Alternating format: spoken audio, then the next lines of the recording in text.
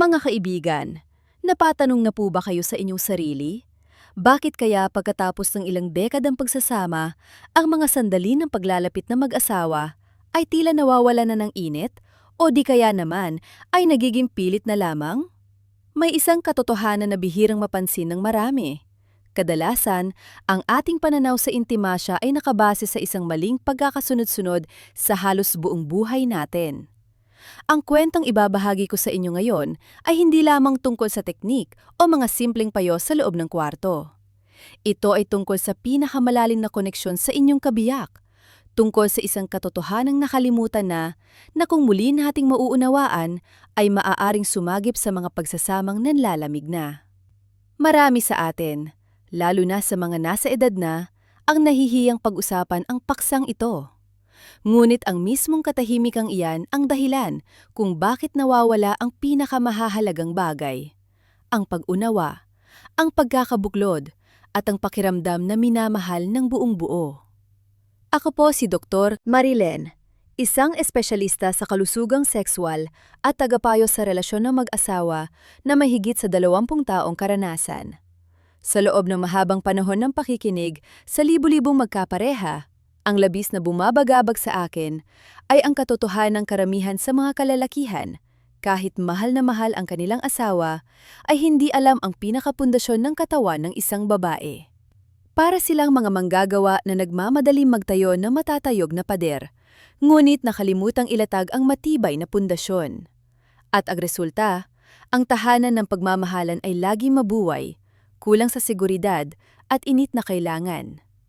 Ngayon, ang mensaheng nais kong iparating sa mga mister at maging sa mga misis upang maunawaan din ninyo ay ito. Ang tunay na rurok ng intimasya ay hindi nagsisimula sa galing ng kilos, kundi sa lalim ng pag-unawa at malasakit.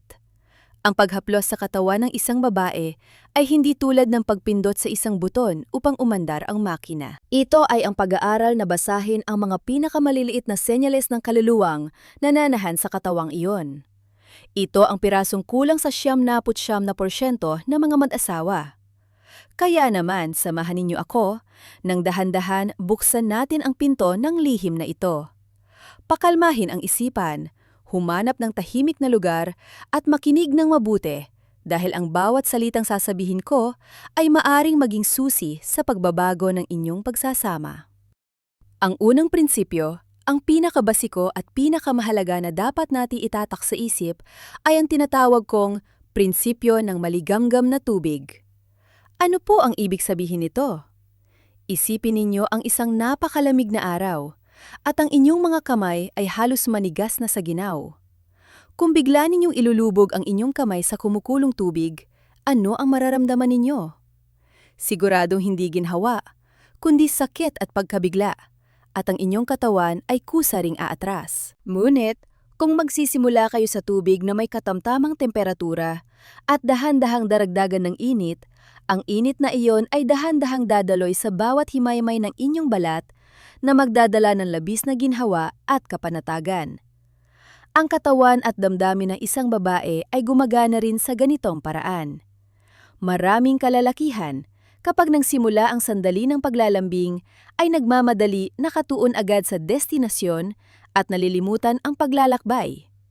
Ngunit ang katawan ng babae ay hindi dinesenyo na parang switch ng ilaw.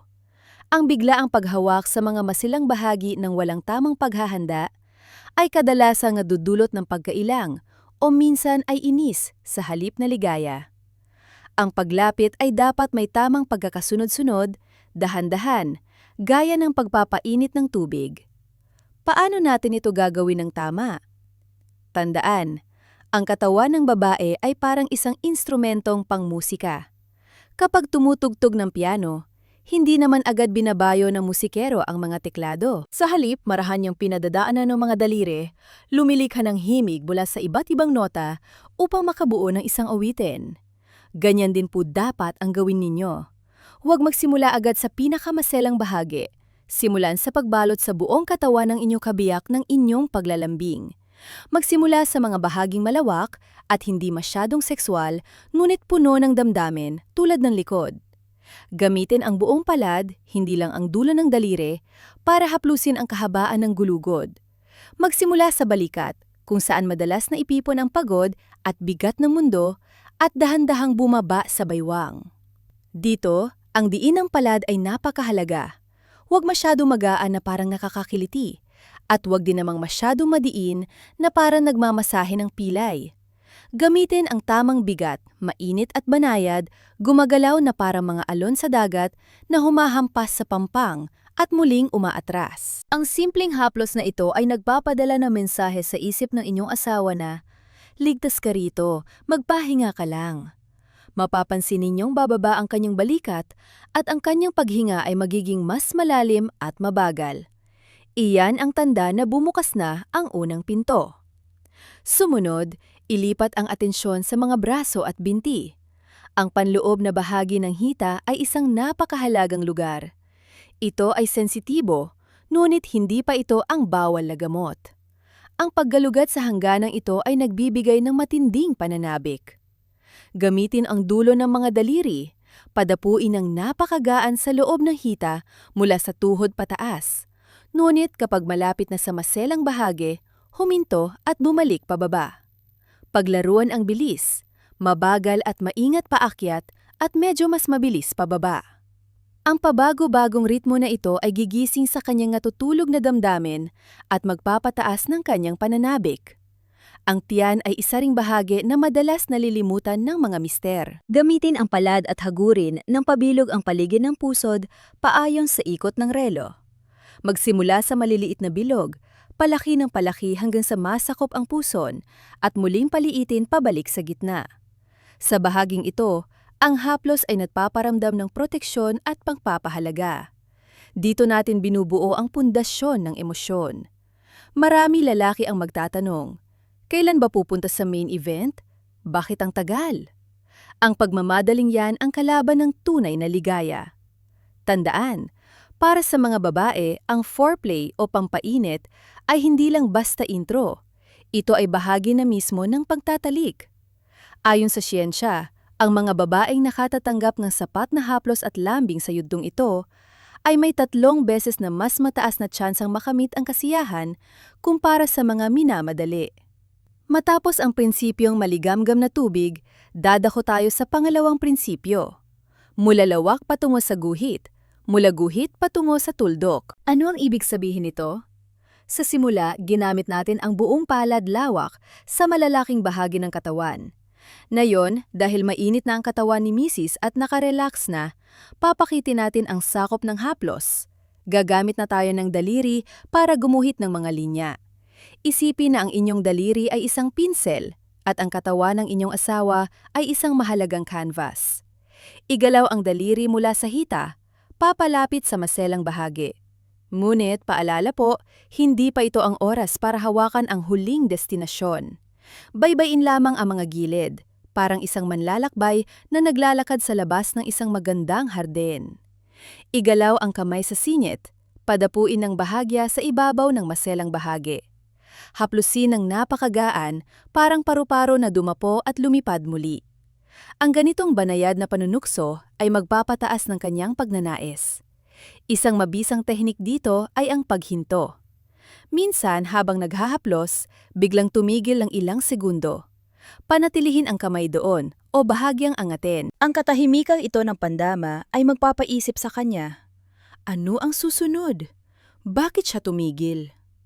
At kapag muling gumalaw ang inyong kamay, ang pakiramdam ay magiging mas matindi. Iyan ang sining ng paghihintay. Kapag nagalugad na ang mga guhit, saka pa lang tayo lalapit sa sentro. Gamitin ang daliri para dampian ang palabas na bahagi ng labi ng kanyang pagkababae. Tandaan, sa labas muna. Haplusin mula itaas, pababa, dahan-dahan, sinusunod ang kurba ng katawan. Ang diin ay dapat napakagaan. Subukang bumaba, tapos umakyat. Sa pangalawang beses, dagdagan ng kaunti ang diin, konting-konti lang. Ito ay para masanay ang kanyang katawan at tanggapin ang sensasyon ng buong puso. Ang karaniwang pagkakamali ng mga lalaki ay dito nangyayari. Masyadong nagmamadaling pumasok sa loob o o direktang hawakan ang klitoris. Pakiusap, maging mapagpasensya. Nasa yugto pa rin tayo ng mga guhit. Kapag sapat na ang init sa labas, dahan-dahang ibuka para marating ang panloob na bahagi. Ang balat dito ay mas manipis at mas sensitibo. Gamitin ang hintuturo at hilalato at dahan-dahang padapuin sa gilid na parang humahaplos ng pinakamahal na sutla. Sa puntong ito, ang pagmamasid sa reaksyon ng kapareha ay napakahalaga. Hindi ito solong pagtatanghal. Pakinggan ang kanyang hininga. Bumibilis ba? O pinipigil niya dahil sa kaba? Ang katawan ba niya ay umaarko para salubungin ka? O nag-aalinlangan? Kung siya ay umaatras, huwag pilitin. Bumalik sa hita o tiyan, pakalmahin siya bago ituloy. Hindi ito kabiguan, ito ay respeto. Ang respetong ito ang magpaparamdam sa babae na siya ay minamahal at hindi lang kasangkapan. At ngayon, papasukin natin ang pinakasagradong bahagi na madalas tinatawag na nakatagong pelas, ngunit puno rin ng maling akala, ang klitoris. Marahil narinig na ninyo na parang buton daw ito na kapag pinindot ay sasabog na ang ligaya. Ngunit sa medisina, mas komplikado at maselan ito. Ang nakikita nating maliit na umbok ay dulo lamang ng malaking istruktura sa loob. At ang nakakamangha, sa maliit na dulong iyon ay mayroong higit sa 8,000 nerve endings. Doble ito ng dami ng nerves sa pinakamaselang bahagi ng lalaki. Ibig sabihin, ito ay sobrang sensitibo. Dahil sa sobrang sensibilidad na ito, ang direktang pagkuskos o pagdiin dito ay madalas masakit o nakakanghilo para sa babae, parang nakukuryente. Maraming misis ang nagtitiis lang para hindi mapahiya ang asawa. Ang tamang paraan? Ang taktikang palibutan ang init. Alamin kung nasaan ito, pero huwag munang hawakan. Masahiin ang balat sa itaas nito. Gamitin ang dulo ng daliri para gumawa ng maliliit na bilog, magaan pa sa balahibo. Ang ganitong paraan ay gigising sa pakiramdam nang hindi siya nabibigla o nasasaktan. Kapag napansin ninyong nagkakaroon na ng natural na pampadulas ang katawan ni misis, isang napakahalagang senyales, gamitin ang likidong iyon. Ang basang daliri ay ipadula sa ibabaw ng klitoris nang walang puwersya.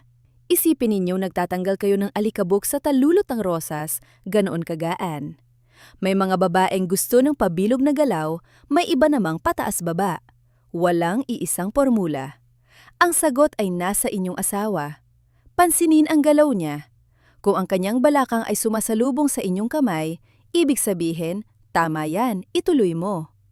Kung siya ay tumitikom o umiiwas, ibig sabihin, masyadong madiin, dahan-dahan lang. Ang komunikasyong ito ang tali na nagbubuklod sa inyo.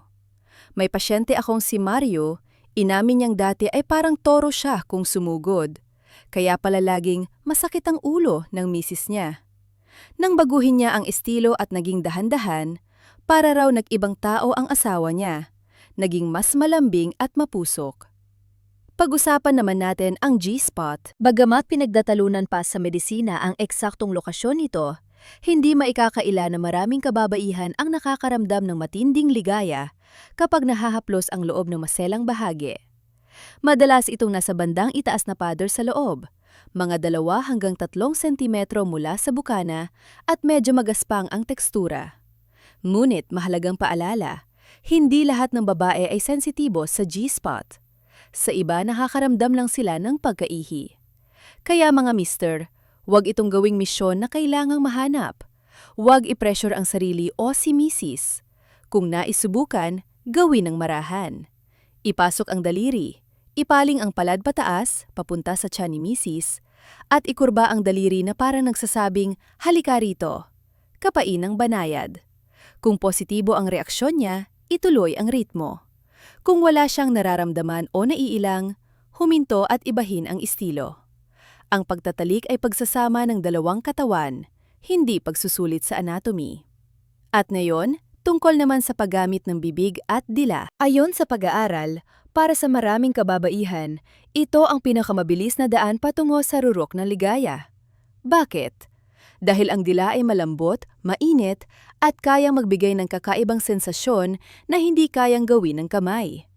Pero bago ang lahat, ang prinsipyong hindi dapat labagin, kalinisan.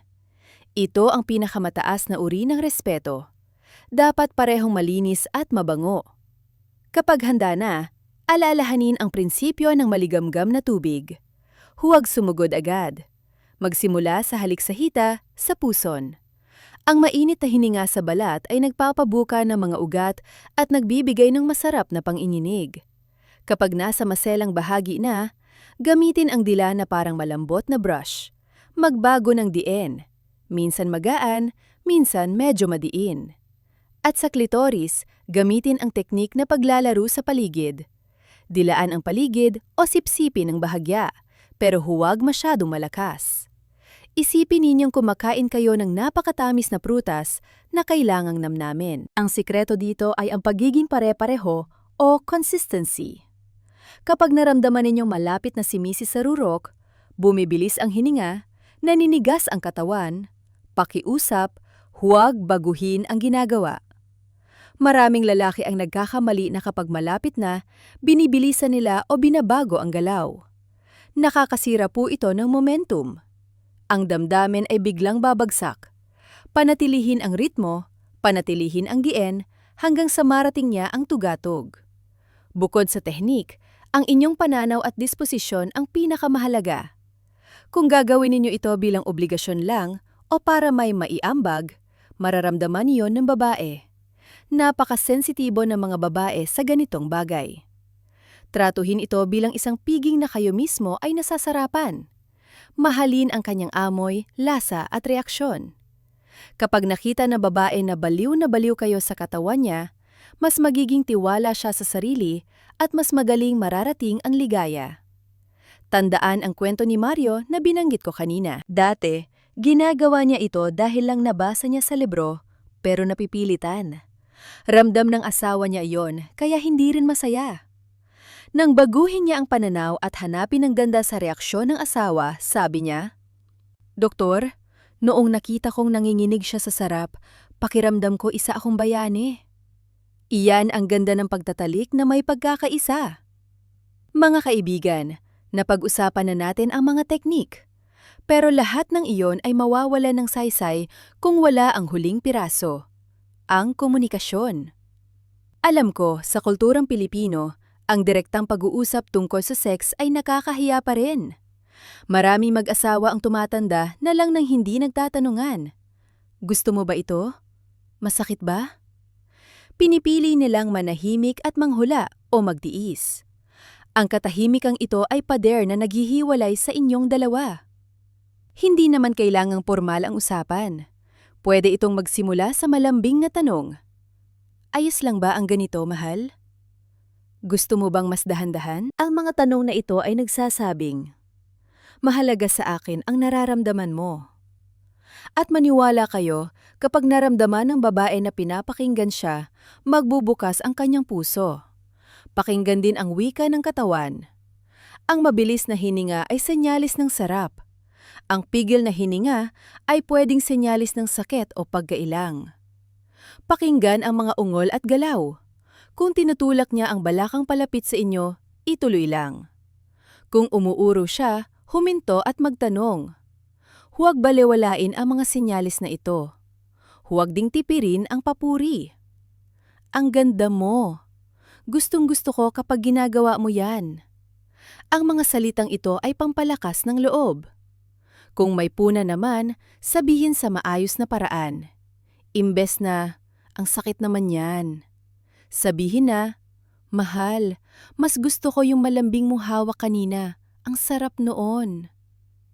Ang paghahanda ng kapaligiran ay uri din ng komunikasyon. Ang malamlam na ilaw o kandila ay nakakatulong magtakip ng mga imperpeksyon na dala ng edad. Kaya mas nakaka-relax si Mrs. Ang musikang mahina at mabangong paligid ay nakakatulong gumising sa damdamin. At huli, para sa mga mag-asawang nasa edad na, tanggapin natin ang pagbabago ng katawan. Pagpasok ng menopause, nagkakaroon ng pagkatuyo o dryness. Ang mga lalaki naman ay humihina ang ereksyon. Ito ay natural. Huwag itong ikahiya. Kung tuyo, gumamit ng lubricant o pampadulas. Ituring ito kaibigan. Kung nahihirapan si Mr., habaan ang lambingan o foreplay.